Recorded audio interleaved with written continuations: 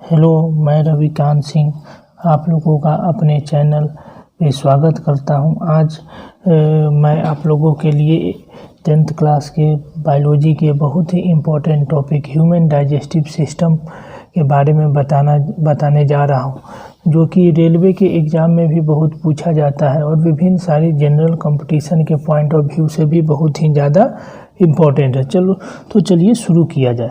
देखिए, human digestive system, इसका हिंदी हुआ, देखिए हिंदी मीडियम के लिए भी पूर्णतः उपयोगी है। ह्यूमन डाइजेस्टिव सिस्टम, इसका अर्थ हुआ ह्यूमन की, मानव की पाचन तंत्र, मानव की कैसे मानव में पाचन का क्रिया होता है।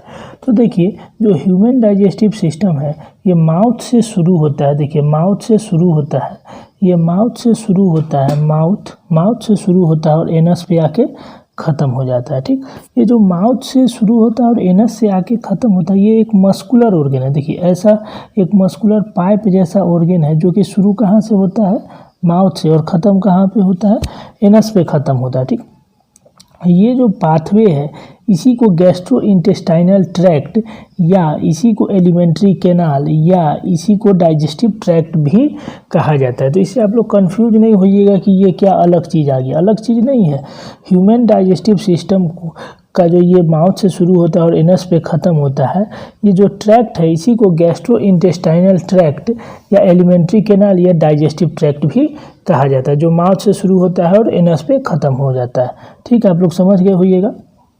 अब देखिए, अगला बात क्या है, माउथ के अंदर में जो कैविटी प्रेजेंट होता है, या फिर माउथ को ही हम लोग ओरल कैविटी या बकल कैविटी के नाम से भी जानते हैं। ये क्या है, BUCCALCAVITY, बकल कैविटी। ठीक, अब देखिए, माउथ के अंदर क्या क्या चीज़ प्रेजेंट होता है जो कि human digestive point of view से ज़रूरी है।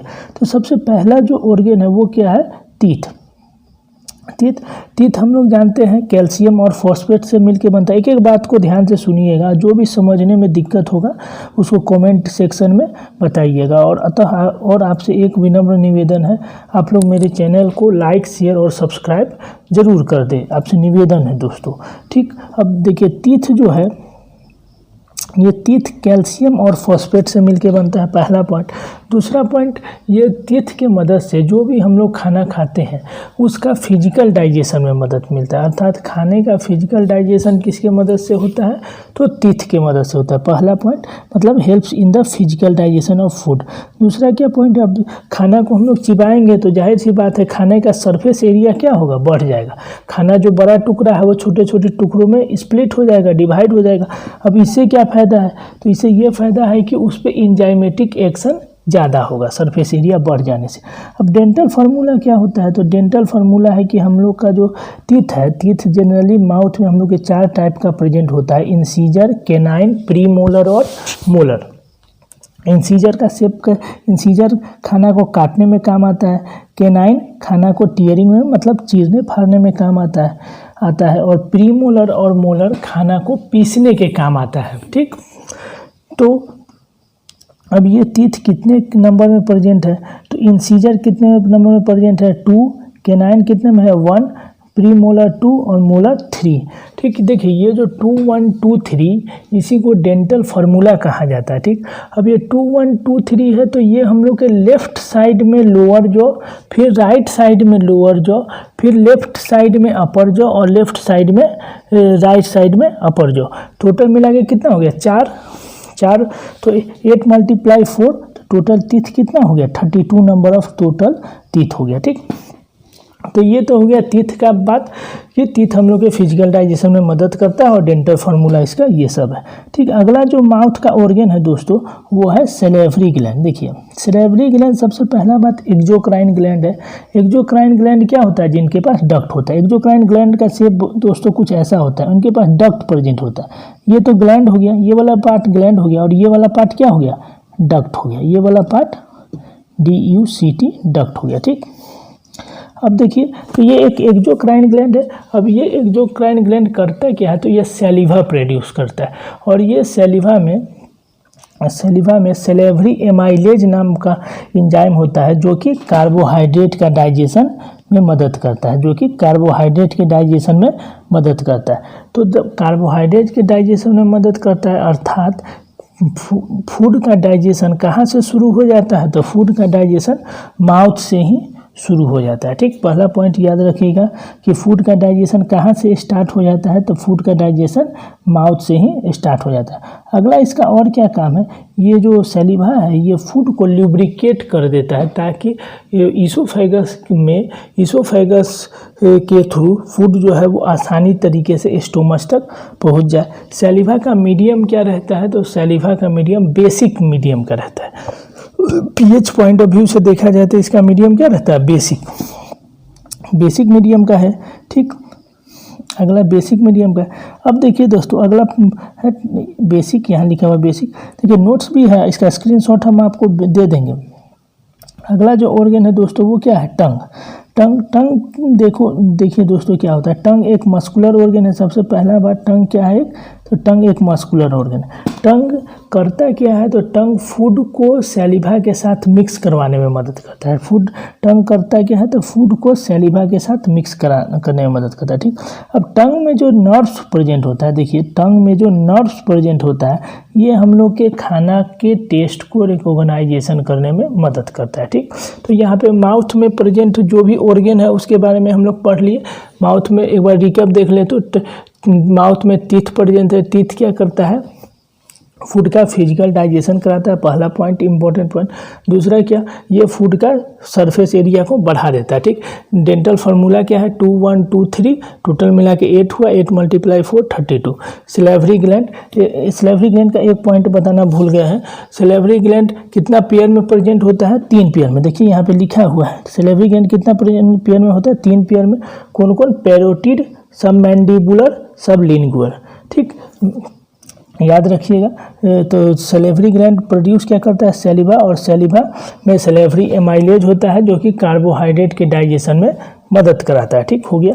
अगला क्या है, टंग मस्कुलर ऑर्गन है। टंग फूड को टंग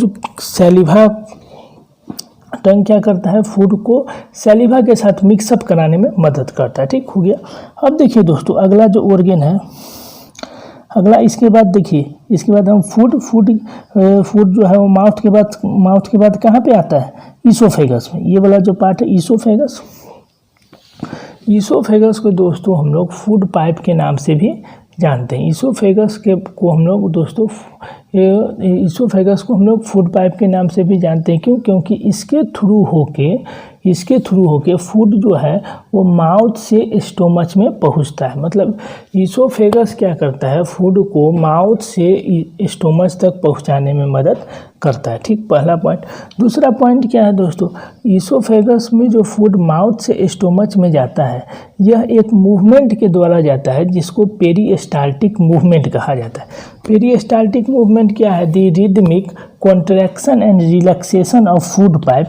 The rhythmic contraction and relaxation of food pipe is known as peristaltic movement. Peristaltic movement क्या है, the rhythmic contraction and relaxation of food pipe is known as peristaltic movement और peristalsis। अब देखिए peristalsis करता क्या है, food को mouth से स्टोमच तक पहुंचाने में मदद करता है। अब इसके मदद से, पेरिस्टाल्टिक मूवमेंट के मदद से हम लोग किसी भी पोजीशन में रहे, यहाँ तक कि हम लोग का मुंह नीचे रहे और पाँव ऊपर है, तभी भी फूड जो है वो माउथ से बिना किसी दिक्कत के स्टोमच में पहुँच ही जाएगा। ठीक, अब देखिए अगला जो ऑर्गन है वो कौन है दोस्तों, स्टोमच। अगला जो ऑर्गन है वो है स्टोमच। अब देखिए स्टोमच एक जे शेप का ऑर्गन है। ठीक, स्टोमच कैसा शेप का ऑर्गन है, जे शेप का ऑर्गन है। ठीक, दूसरा पॉइंट क्या है, ये मस्कुलर ऑर्गन है। तीसरा, ये हम लोग के एब्डोमेन में लेफ्ट साइड प्रेजेंट। देखिए अंदर में जो ये हम लोग के स्पेस है, जो उसके अंदर जो जहाँ पे छाती है, जहाँ पे रिब केज है, तो रिब केज के नीचे एक मसल होता है जिसको डायफ्राम कहा जाता है। जो डायफ्राम के ऊपर में जितना स्पेस है उसको थोरेसिस का कैविटी कहा जाता है, और डायफ्राम के नीचे वाला जो स्पेस है उसको एब्डोमिनल कैविटी कहा जाता है। ठीक, एकदम सिंपल बात है। तो इसी एब्डोमिनल कैविटी में लेफ्ट हैंड साइड में हम लोग के स्टोमच प्रेजेंट है। ठीक, तो लेफ्ट हैंड साइड में प्रेजेंट है। अगला बात क्या है, तो दोस्तों अगला बात ये है कि ये जो स्टोमच है इसमें गैस्ट्रिक ग्लैंड प्रेजेंट होता है, और ये गैस्ट्रिक ग्लैंड करता क्या है, तो ये गैस्ट्रिक ग्लैंड प्रेजेंट होता है, और ये गैस्ट्रिक ग्लैंड करता है तो ये क्या है, तो ये gastric gland gastric juice produce करता है।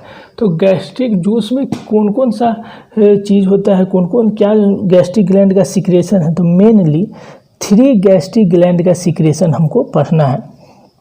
कौन कौन होता है चलिए देखें। सबसे पहला दोस्तों HCl है। सबसे पहला कौन है, HCl hydrochloric acid. Hydrochloric acid क्या करता है, तो ध्यानपूर्वक सुनिएगा। हाइड्रोक्लोरिक एसिड खाना जो हम लोग खाते हैं उसके साथ कितना बार जर्म्स वगैरह भी अंदर चले जाता है, तो उन जर्म्स को मारने का काम कौन करता है, हाइड्रोक्लोरिक एसिड। सबसे पहला पॉइंट। दूसरा पॉइंट क्या है,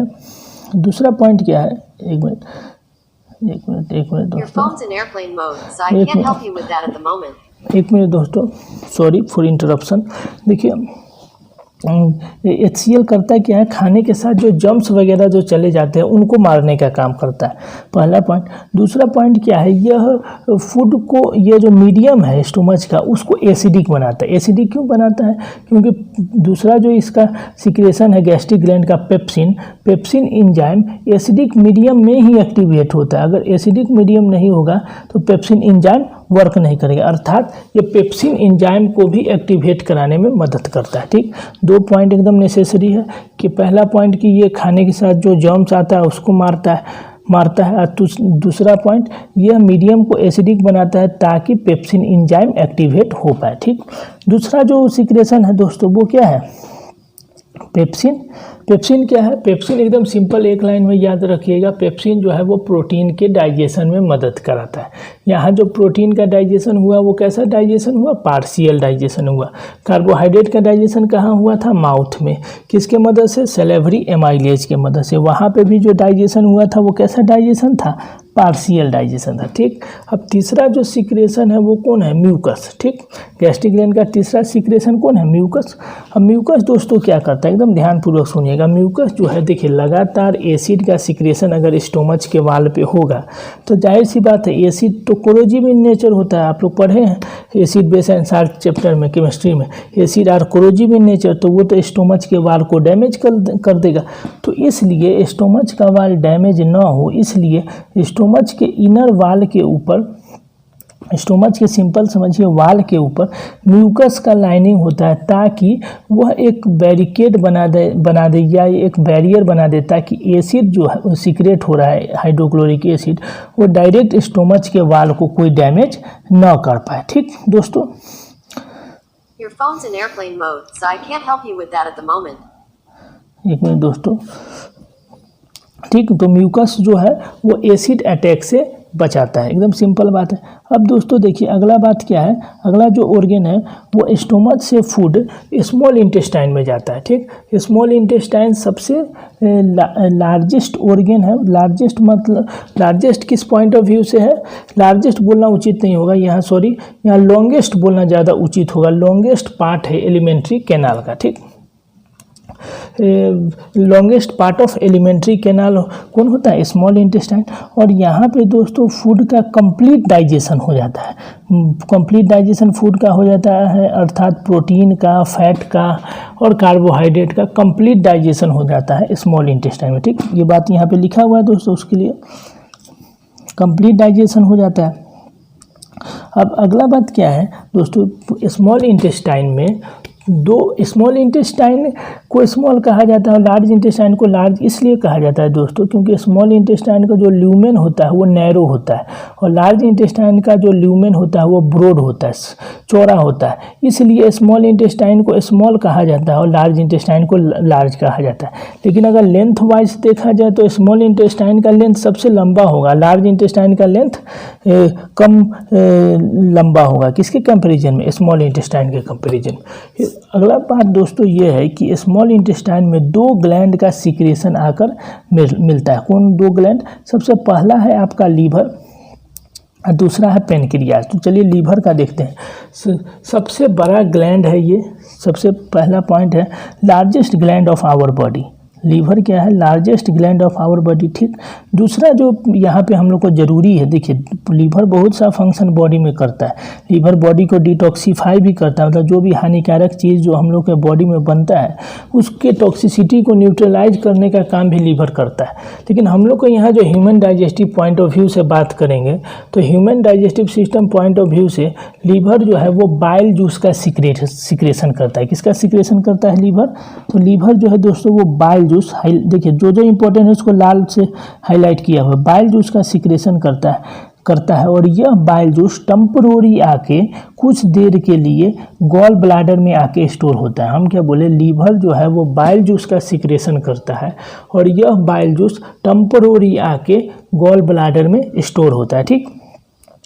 उसके बाद यह as per requirement small intestine में धीरे धीरे जाते रहता है। अब ये करता क्या है, मतलब फंक्शन ऑफ बाइल, यहाँ से फंक्शन ऑफ बाइल है।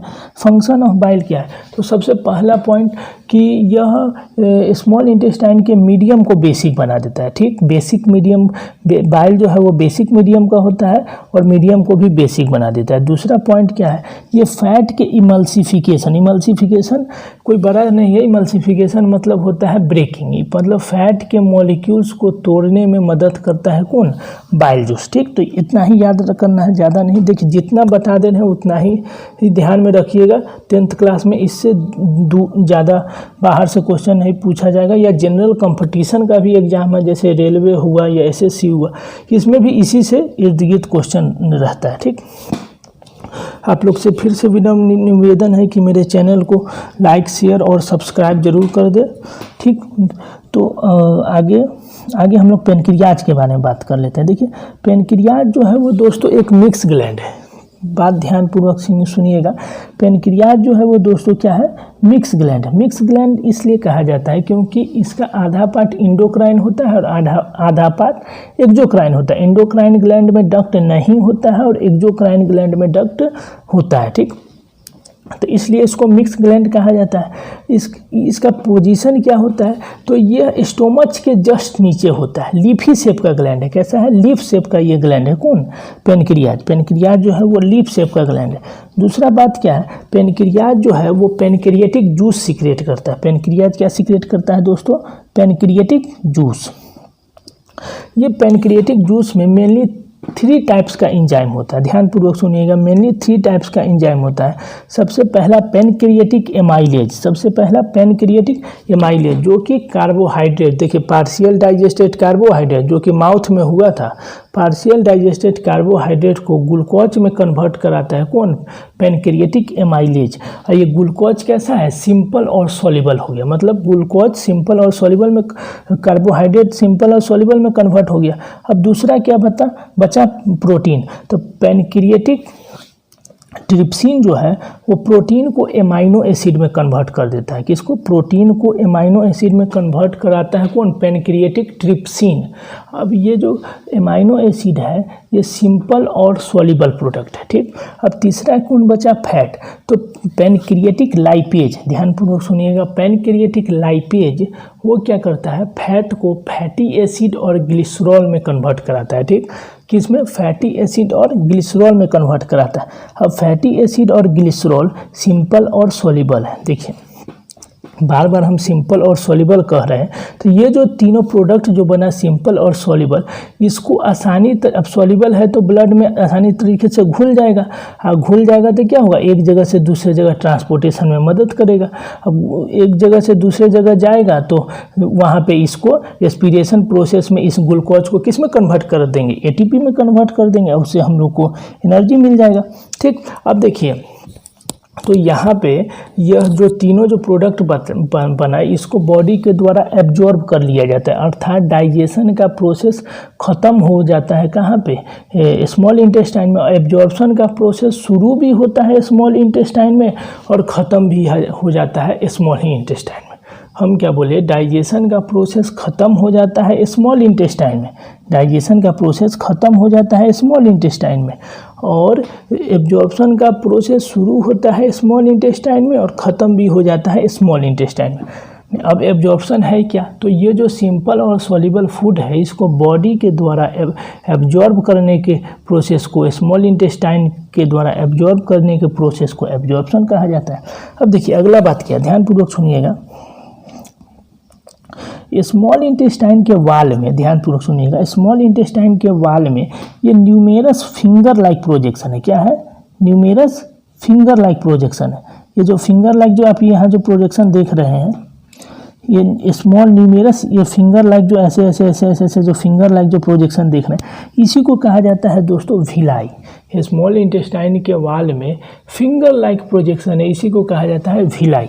अब विलाई के ऊपर भी दोस्तों स्मॉल फिंगर लाइक प्रोजेक्शन होता है जिसको कहा जाता है माइक्रो विलाई। ये देखिए, इसको कहा जाता है माइक्रो विलाई। मतलब ये हो गया विलाई, फिंगर लाइक प्रोजेक्शन, इसके ऊपर भी छोटा छोटा छोटा ये प्रेजेंट होता है, इसको कहा जाता है क्या? Micro villi. ठीक, ये विलाई करता क्या है, तो सरफेस एरिया को इंक्रीज कर देता है। स्मॉल इंटेस्टाइन के सरफेस एरिया को क्या कर देता है? इंक्रीज कर देता है। अब देखो ये दोस्तों, कोई स्मॉल इंटेस्टाइन ऐसा है, इतने दूर को ही अगर जूम कर देंगे तो इतना सरफेस एरिया हो जाएगा। तो स्मॉल इंटेस्टाइन के सरफेस एरिया को इंक्रीज कर देता है कौन? विलाई। ठीक, विलाई के सरफेस एरिया को इंक्रीज हो जाता है, तो इससे फ़ायदा क्या है कि ज़्यादा से ज़्यादा जो भी एब्जॉर्ब्ड, जो भी सिंपल और सॉल्युबल फूड है सभी का एब्जॉर्प्शन कंप्लीट हो जाता है। कहाँ पे? स्मॉल इंटेस्टाइन में। ठीक, तो यहाँ पे दोस्तों स्मॉल इंटेस्टाइन में विलाई के मदद से जो डाइजेस्टेड फूड है, जो डाइजेस्टेड फूड है वह सर्कुलेटरी सिस्टम, CS मतलब, CS यहाँ लिखे हैं, CS मतलब है दोस्तों सर्कुलेटरी सिस्टम। ये CS है ना, इसका मतलब सर्कुलेटरी सिस्टम। सर्कुलेटरी सिस्टम में चला जाता है। अब सर्कुलेटरी सिस्टम में चला गया अर्थात तो ब्लड में चला गया, ब्लड के मदद से वो सेल में चला जाएगा और सेल के माइटोकॉन्ड्रिया में इसी ग्लूकोज को किस में कन्वर्ट कर दिया जाएगा? ATP में कन्वर्ट कर दिया जाएगा। इस ATP के मदद से हम बोल रहे हैं, आप सुन रहे हैं, मतलब जीवन का various type of life activity कर रहे हैं। अर्थात एब्जॉर्प्शन का प्रोसेस भी दोस्तों यहाँ पे क्या हो गया? खत्म हो गया। अब देखिए दोस्तों, एक मिनट, अब देखिए दोस्तों, अब यहाँ पे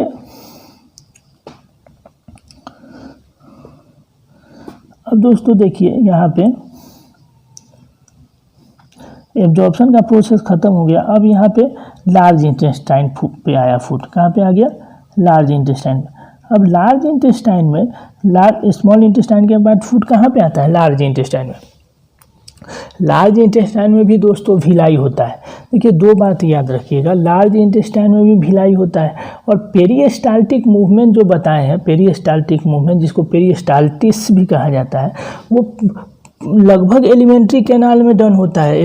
लार्ज इंटेस्टाइन में भी पेरिस्टाल्टिस मूवमेंट होता है, तभी तो स्मॉल इंटेस्टाइन का जो भी अनडाइजेस्टेड फूड है वो लार्ज इंटेस्टाइन में आता है। वो कैसे आ जाता है लार्ज इंटेस्टाइन में? तो यही रिदमिक कॉन्ट्रैक्शन एंड रिलैक्सेशन होता है, उसी के द्वारा जो अनडाइजेस्टेड फूड है वो कहाँ चला आता है? लार्ज इंटेस्टाइन में आ जाता है। ठीक, तो मतलब एक जगह से दूसरे जगह फूड जो जाता है वो पेरिस्टाल्टिस मूवमेंट के द्वारा ही जाता है। अब देखिए दोस्तों, लार्ज इंटेस्टाइन में भी क्या होता है? विलाई प्रेजेंट होता है। लार्ज इंटेस्टाइन में भी विलाई प्रेजेंट है। अब ये विलाई करता क्या है? देखिए, अब ये विलाई करता क्या? देखिए, खाना का एब्जॉर्प्शन हो गया, लेकिन खाना के साथ तो पानी भी रहता है, उस पानी का एब्जॉर्प्शन होना बहुत ज़रूरी है। तो पानी का जो एक्स्ट्रा वाटर जो रह गया, उस वाटर का एब्जॉर्प्शन हो जाता है कहाँ पे?